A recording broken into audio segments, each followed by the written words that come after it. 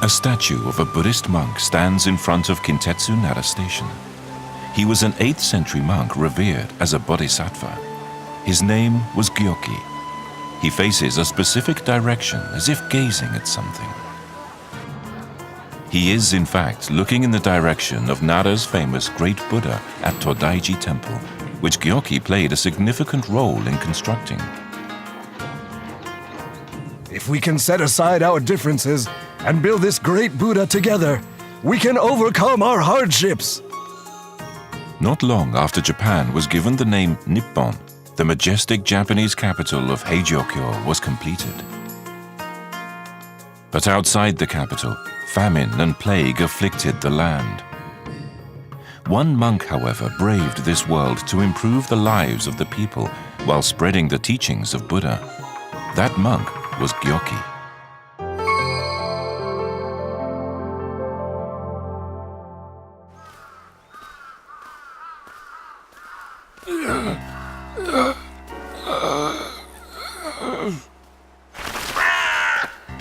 What's wrong? Hurry, some water. You must not give up. Not yet. Sir, he's... What is it? Is he ill?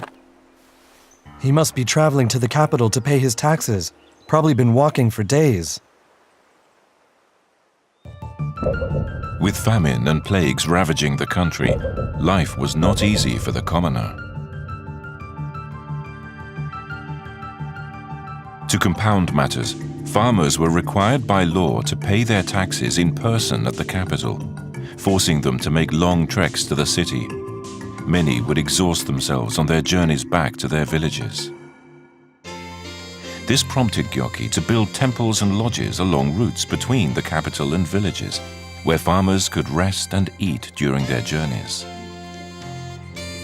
As a show of appreciation, the people would help Gyoki carry out humanitarian work, such as building irrigation systems, farms, and bridges in impoverished villages, enriching the lives of people across Japan. Gyoki came to be revered as a bodhisattva, and he began to draw a large number of followers. At times, thousands of people would gather to listen to him. Disperse at once! Preaching outside the temple is forbidden! Now leave! What is it? Gyoki the novice. Novice? It means he will never be a true monk.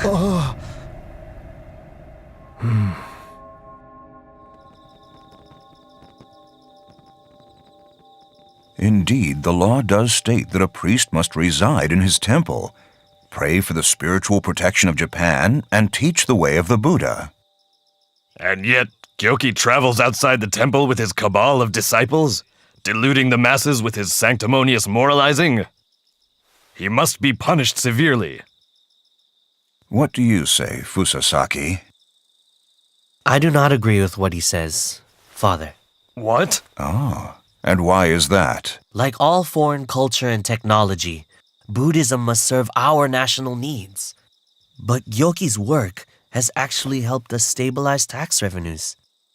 He is absorbing the discontent of the people, thereby maintaining the peace. So Gyoki has gotten to you as well. That is the power he has over people. What if we were to simply appoint a high priest to keep an eye on him at all times? Gyoki was let off with only a strict warning and was able to continue pursuing his humanitarian work, as well as his efforts to spread the teachings of Buddha. Records show that he built 49 temples in all.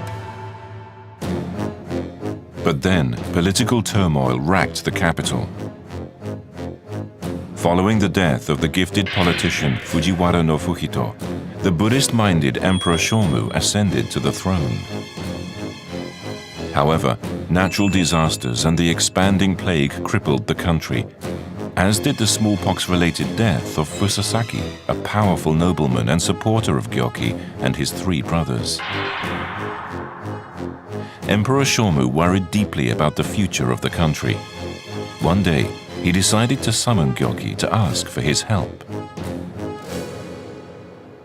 A great Buddha? Yes, but it must be built not by order of the imperial court, but by the very will of the people themselves. Oh. Today, there is a sickness that is ailing our nation, creating disunity. But with the grace of the Buddha, we can be united again. Will you assist me, Gyoki, for the sake of the people? The Emperor speaks from his heart, with genuine commitment to Buddhism. Then I must accept. Not for the imperial court or the aristocracy, but for the people. Gyoki's wishes, however, did not get through to his disciples and followers. I am asking all of you for your help. If we can set aside our differences and build this great Buddha together, we can overcome our hardships. So the capital can get their Buddha while we do all the work? Let them build it! Hear, hear! And you, Master Gyoki, why are you doing their bidding? No, you misunderstand. Just as Buddha looks after all living creatures, the great Buddha would serve the people. Without the help of the people, the statue cannot be built. I'll help, Master Gyoki. Me too. Master Gyoki's always been there to help us out. He's right. Sure is.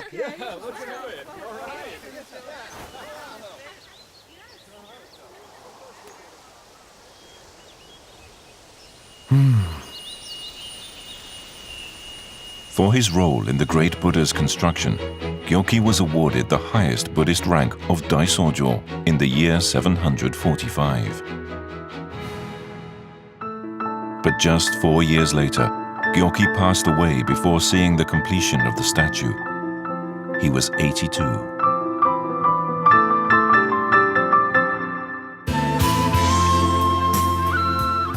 In the year 752, the great Buddha was officially presented to the world, although not in its final form.